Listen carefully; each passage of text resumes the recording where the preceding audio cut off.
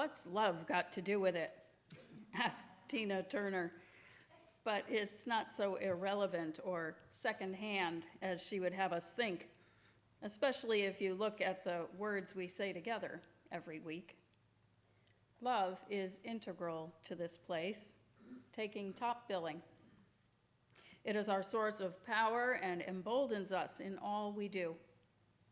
Everything else follows out of love. This is the conclusion we came to a couple of years ago in creating a mission statement. We said we didn't need to use the word love. It was instead the impetus for all the actions we valued and wanted to live into. It would be clear that in the end, it all boils down to love. We embody love, giving it hands and feet, throwing our backs into it, using our creative genius to come up with ever more powerful forms of expression. For those of you who need a little science to explain all of this, it turns out that the hormone oxytocin has a role to play, vital to human reproduction, but also in human behavior. Certain kinds of love, such as romantic love and caretaking love, stimulate the production of the hormone, which is also related to trust. This biological catalyst of trust allows us to give love to those whom we are unrelated to. And oxytocin is unique in the hormone world because it has a positive feedback loop. The release of it leads to actions that stimulate the release of more of it. Love feels good, not just on the heart level, but apparently throughout our bodies. So when we do the loving thing, we are compelled to do more of it. Detroit-based women's rights activist and Black feminist Adrienne Marie Brown suggests that, quote, if love were the central practice of a new generation of organizers and spiritual leaders, it would have a massive impact. If the goal was to increase the love, rather than winning or dominating a constant opponent, I think we could actually imagine liberation from constant oppression, end quote. The idea is to use the lens of love in planning what to do and in our interactions with others. She believes that love is our core function as human beings, that when we engage in acts of love, we are at our best and most resilient. And I see some, actually a lot of that at play here among us. Think about the way we respond to need. It shows up in our social justice endeavors all the time. We hear about an issue, and we are right there responding. It only took one mention of the SNAP benefits being reduced post-COVID, I told you we'd get to that later, in a couple of weeks, for us to determine that we could help out the local food pantry as demand increases. We do things like this on a monthly basis. That is love in action. Our pastoral care team and others as well keep a running list of members who we don't often see and make calls and check in on them, bringing food over, transporting folks to medical appointments, just visiting. That is love in action. And our small groups meet people where they are with all of life's joys and disappointments, sharing in a safe space, holding one another. And that, too, is love in action. This past month, a group of us have been studying together the Trans Allyship Workbook in response to my invitation last fall at our Transgender Day of Remembrance service. We were moved to know more after hearing about the oppression and marginalization that occurs with transgender folks.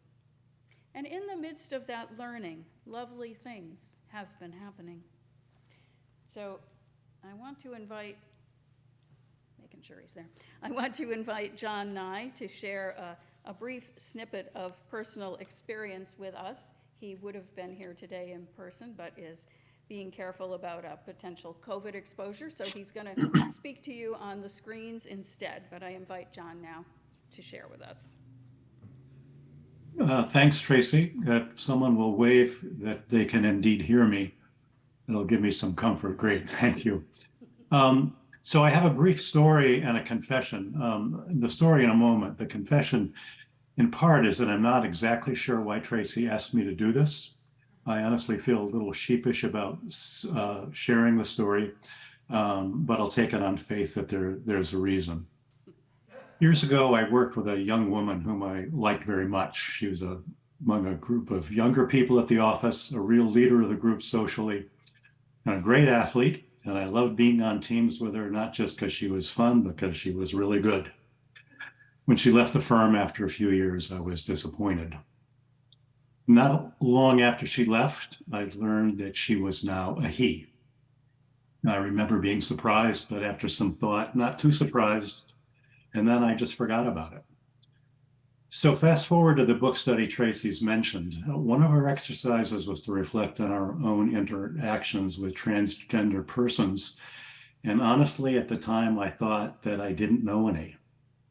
But not long after that, I was listening to a podcast with Kathy by a woman who'd learned that his father was dying, and then faced with the prospect of a return to her hometown she'd left years ago, to family and friends she had cut herself off from, all because they had known her as a he.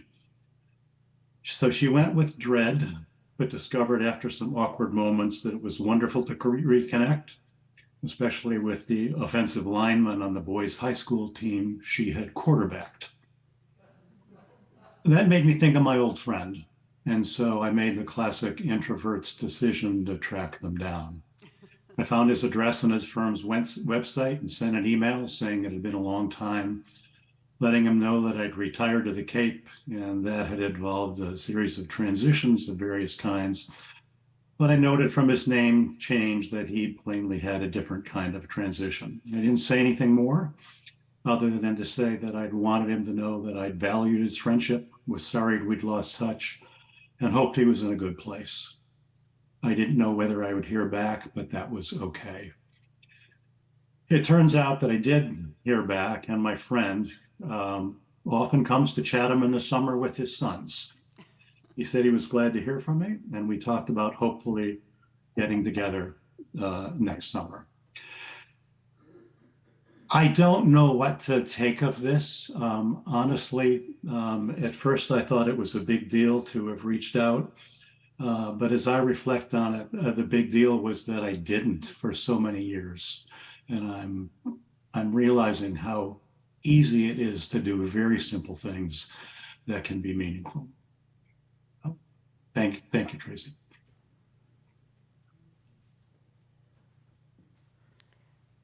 Thank you, John. So despite your uncertainty about why I might have asked you to do that, I will repeat again that that is love in action.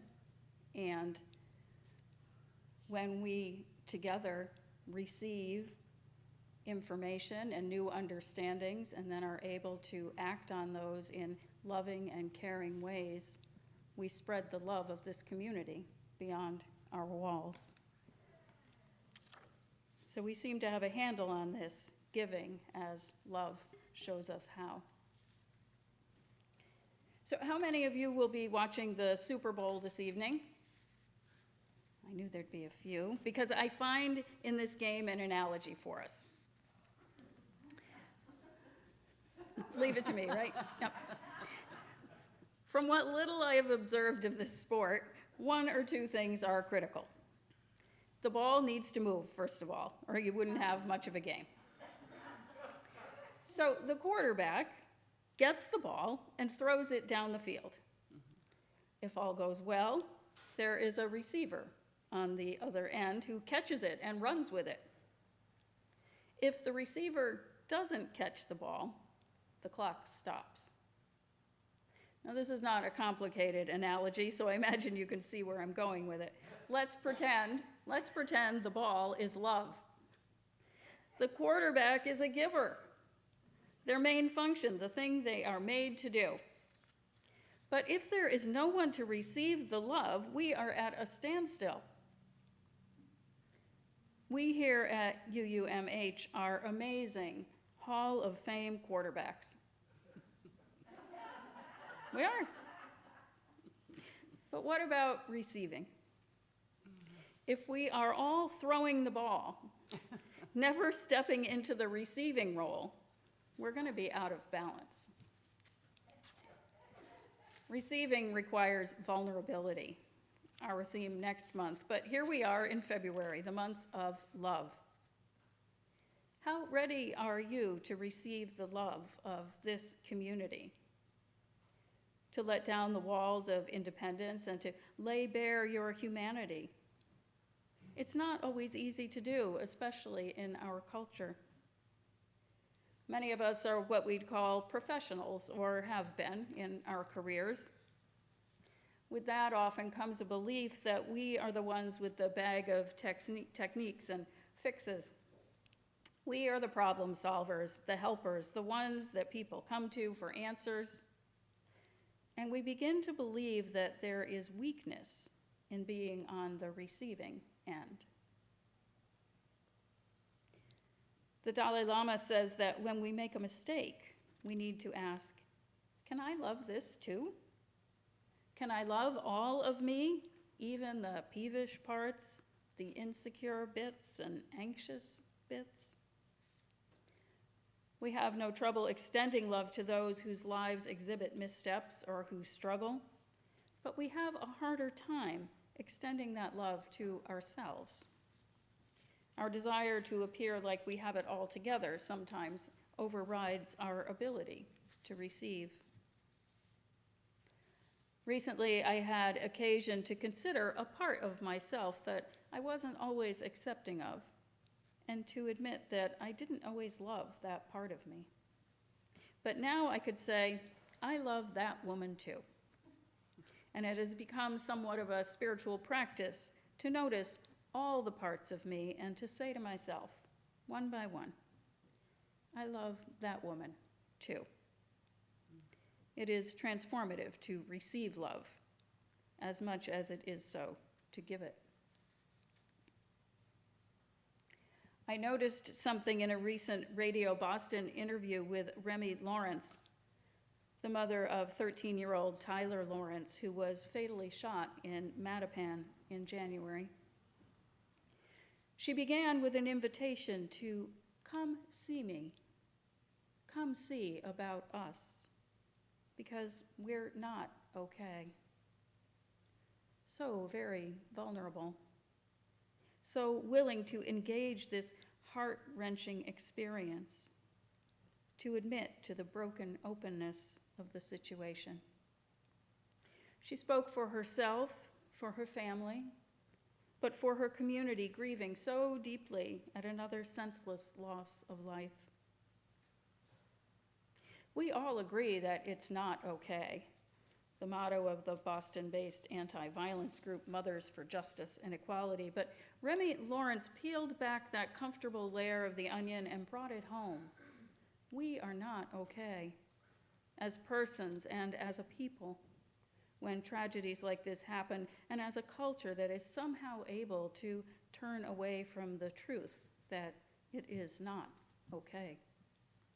We are not okay, and we need you to come, to bear witness, to bring love to the table, and to stay a while. Much of modern religion is individualistic, spiritualized instead of social, writes Richard Rohr.